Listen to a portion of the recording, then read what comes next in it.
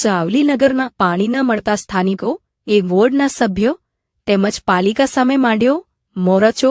Ward number 2ના રહીશો ને પાણી ન મળતા ઉગ્ર રજૂઆત કરી સભ્યોને લીધા આડે હાથે।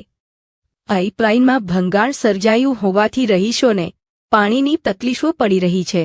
છેલ્લા 48 કલાકમાં એક પણ વાર લગભગ પાણી આવ્યું જ નથી। 48 થી 60 કલાકની અંદર અને અમે નગરપાલિકાના કોર્પોરેટર ભદ્રેશ પાઠકને રજૂઆત કરી કે ભાઈ પાણી આવતું નથી, તો કે આજે 8:30 વાગ્યાની આજુબાજુ પાણી આવશે।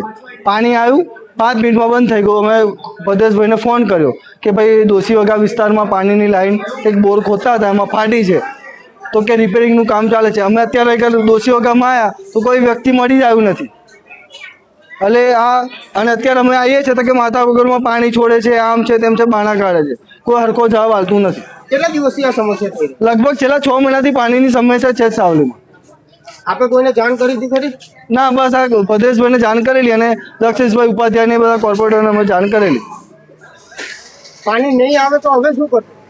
કઈ શું કરવાના, હવે તો થાકી ગયા। અમે જે કરવાનું હતું રજૂઆતો કરી, હવે તો એમને વિચાર હોય અને મનમાં કંઈક થાય, ભગવાન જાગે તો પાણી છોડે એવાય। એટલી બધી પબ્લિક જમા થવાનું કારણ શું છે? અહીંયા ગાડી વોર્ડ નંબર 2 અને એમાં ઘણો વિસ્તાર હોય છે। પાણીની પાઇપ ફાટી ગયેલી છે, એ મને હાલ જાણવા મળ્યું કે અહીંયા ગાડી પાણીની પાઇપ ફાટી ગઈ। શું કરતા પાણીની પાઇપ ફાટી?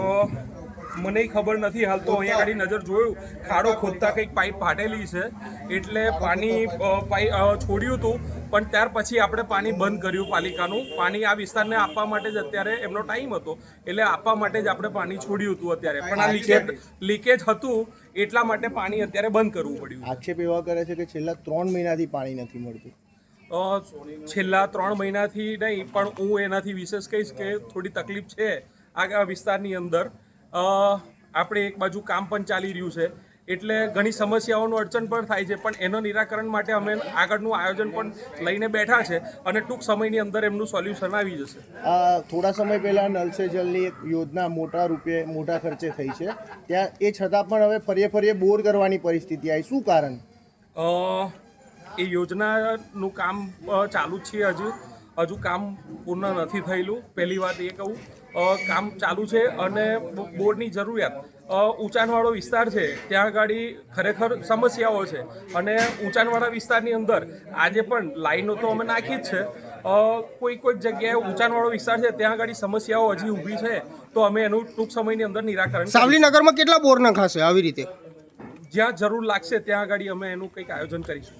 આ બોર છે જે એમાં પણ વાલા દોલાની નીતિ થાય છે, અમુક ના એવું કંઈ નહીં થાય, આવે છે, અમુકને નહીં આપવામાં આવતા, એવું કંઈ હોય નહીં આની અંદર। દરેક વિસ્તારના નગરજનો, હું નગરજનોની વાત કરું, નગરજનોની જ્યાં સમસ્યા છે ત્યાં આગળ અમે કરીને એમનું પ્રશ્નોનું નિરાકરણ। આક્ષેપો એવા પણ છે કે જ્ઞાતિ જાતિ જોઈને બોર કવરી આપવામાં આવે છે વિસ્તાર પર, તે બાબતે શું કહેશો? એવું કંઈ ના હોય। નગરનો જ્યારે વહીવટ કરતા હોય એમાં જ્ઞાતિ જાતિ કંઈ ના આવે। સાવલીના નગરજનો, સૌ નગરજનો ટેક્સ ભરે છે, સૌ નગરજનોનો અધિકાર છે અમને કહેવાનો અને કરવાનો। તો પાણી કેમ નથી આવતું?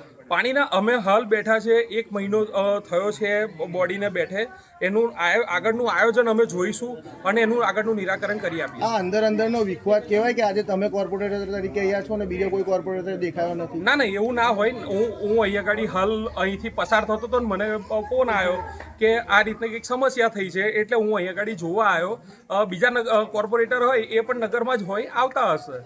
તમારું નામ? અંકિત રાણા।